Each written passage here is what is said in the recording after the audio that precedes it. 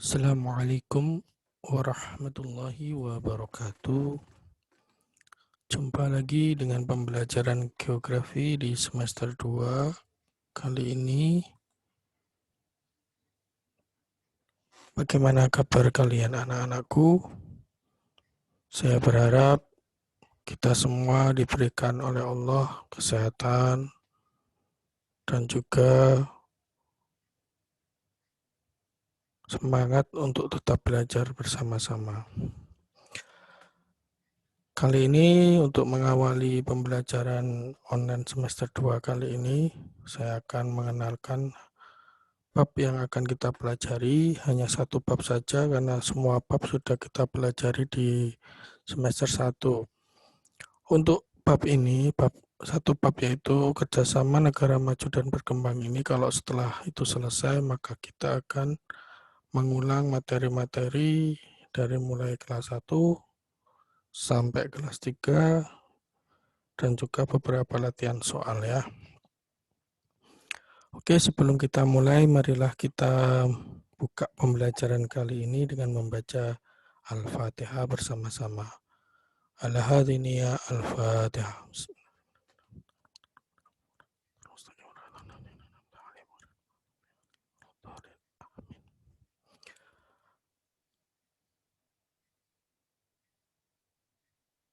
Anak-anakku, di dalam dunia ini atau di seluruh penjuru dunia ada klasifikasi tentang negara-negara. Jadi pengklasifikasian atau pembagian tersebut berdasarkan beberapa kriteria. Salah satu yang biasanya dipakai itu adalah tingkat ekonomi, tingkat perkembangan manusia, dan lain-lain. Pada kesempatan kali ini, salah satu klasifikasi adalah ada klasifikasi negara yang diklasifikasikan menjadi negara maju dan negara berkembang. Kalau kita mempelajari negara maju dan negara berkembang, kita nanti akan tahu perbedaan antara negara maju itu apa dan negara berkembang itu seperti apa. Perbedaan itu nanti akan kelihatan sangat sekali. Jadi kita sebagai negara yang posisinya sekarang masih berkembang, punya harapan nanti menjadi negara yang maju. Oke, kalau kita biasanya mendengar negara-negara yang ada di Amerika atau di belahan utara itu banyak sekali negara-negara yang maju. Bisa kita lihat negara Eropa, ada Inggris, ada Prancis, ada Jerman. Kalau di Amerika ada Amerika Serikat, ada Kanada. Sedangkan hampir semua, sebagian besar yang ada di belahan selatan itu negara berkembang. Kecuali satu negara dan juga benua yaitu Australia ya.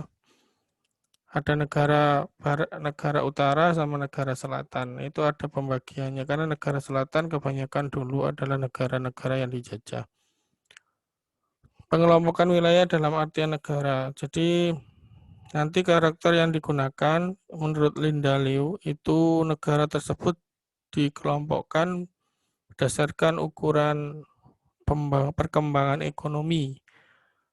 Ada yang penguasaan teknologi, penggunaan mekanisasi, ada yang menggunakan standar hidup, ada menggunakan tingkat pertanian dan orientasi kepada pasar, keragaman industri, sistem transportasi, pendapatan per kapita, dan standar kesehatan.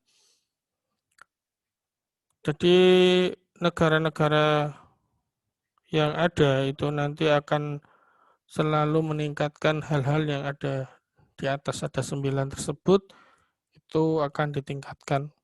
Jadi dari sini kita nanti bisa mengevaluasi dan merefleksi diri kenapa negara kita walaupun sudah lebih baik tapi masih belum bisa mengejar negara-negara yang sudah maju. Tidak jauh-jauh kita tidak bisa mengejar negara Singapura ya. Oke, pengelompokan antara negara maju dan berkembang dapat didasarkan pada ciri lahan pertanian, lahan industri, dan sebagainya. Pembagian ini dilakukan suatu lembaga atau organisasi yang sifatnya internasional dengan beberapa kriteria tertentu sebagai patokan. Oke, negara maju biasanya tersebar di Eropa. Di Asia ada beberapa yang juga maju, contohnya Jepang, Korea, Singapura. Kita akan bahas apa ciri-ciri negara maju.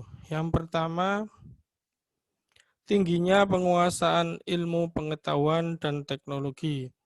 Yang kedua, perekonomiannya bersandar pada sektor industri dan jasa. Angka pengangguran rendah, pendapatan per kapita tergolong tinggi, dan memiliki banyak modal untuk pembangunan. Ini salah satu ciri-ciri yang ada di negara maju. Tapi ada juga ciri yang lain. Coba kita lihat ciri yang lain.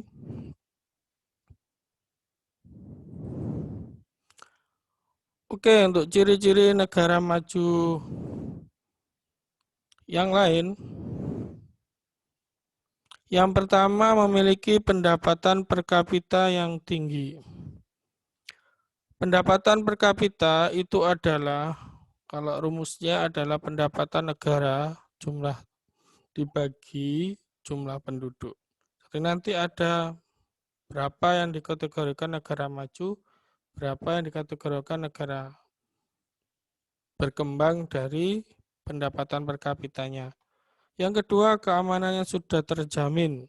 Jadi kalau di negara maju itu sudah tinggi tingkat keamanannya, tingkat chaos, tingkat kerusuhan, dan lain-lain.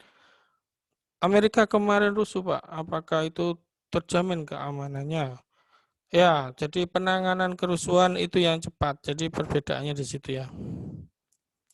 Terjaminnya kesehatan.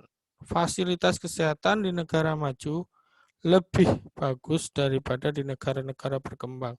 Apa indikatornya? Yang pertama, jumlah rumah sakit, jumlah dokter, dan penanganan, serta biaya untuk kesehatan. Walaupun di Indonesia sudah ada BPJS, tetapi BPJS ini masih menyisakan banyak problem ya. Kita lihat juga kadang-kadang ada banyak kasus penanganan yang kurang, tingkat dokter juga masih kurang, spesialisnya kurang gitu ya. Jumlah penduduk dan juga jumlah dokter rendah. Maksudnya kurang, tingkat rasionya rendah. Artinya apa? Kalau kita lihat jumlah penduduk kita 250 lebih juta ya, juta lebih, dengan rasio dokter masih kurang. Jadi tetap nanti bagi anak-anak yang nanti melanjutkan di dokter itu sangat dibutuhkan. Kecilnya angka pengangguran. Di negara maju angka penganggurannya rendah. Penguasaan iptek, di sini kita lihat negara-negara maju itu up to date sekali masalah ilmu pengetahuan dan teknologi. Negara kita bagaimana sebenarnya orang-orang jenius di negara kita juga banyak. Cuma karena apa ya, mungkin budaya dan kebiasaan di kita itu masih belum terbentuk seperti di luar negeri. Jadi contohnya pembiayaan atau bantuan dari negara atau swasta, pembiayaan untuk iptek ini masih sangat jauh sekali dibanding dengan negara-negara maju. Tingkat ekspor lebih tinggi dibandingkan tingkat impor. Jadi negara-negara maju ini memiliki tingkat penjualan produk ke luar negerinya lebih tinggi daripada pembeliannya. Jadi Amerika, Jerman, Jepang, dan beberapa negara-negara eksportir, contohnya otomotif ataupun elektronik atau barang-barang yang lain, itu banyak sekali. Oke anak-anakku, nanti kalian cari lagi kalau ada ciri-ciri yang belum masuk, kalian cari lagi. Untuk tugas hari ini, untuk pertemuan kali ini, kalian akan menganalisa bagaimana cara negara-negara maju dalam menangani situasi atau wabah COVID-19 dibanding negara-negara berkembang. Jadi penanganan, ini kan wabah internasional ya, COVID ini. Nah, saya pengen kalian mencari dan menggali serta menganalisis beberapa literatur yang kalian baca. Mungkin kalian bisa beberapa negara kalian jadikan contoh, negara maju dalam mengatasi COVID-19 ini. Dan yang kedua, apakah memiliki dampak yang signifikan COVID ini, wabah ini terhadap perekonomian yang ada di negara-negara maju di Eropa dan di Amerika. Saya ulangi lagi, yang pertama, ini wabah, kita sedang dilanda wabah internasional yaitu wabah COVID-19. Bagaimana cara menangani wabah COVID-19 dalam penanganannya di negara-negara maju seperti apa, dan nanti kalian bisa bandingkan dengan negara-negara berkembang. Yang kedua, untuk COVID ini, dampak yang dirasakan negara-negara maju itu seperti apa. Itu saja untuk pertemuan kali ini. Marilah kita tutup dengan membaca Alhamdulillahirrahmanirrahim. Ihdinas siratal mustaqim. Assalamualaikum warahmatullahi wabarakatuh.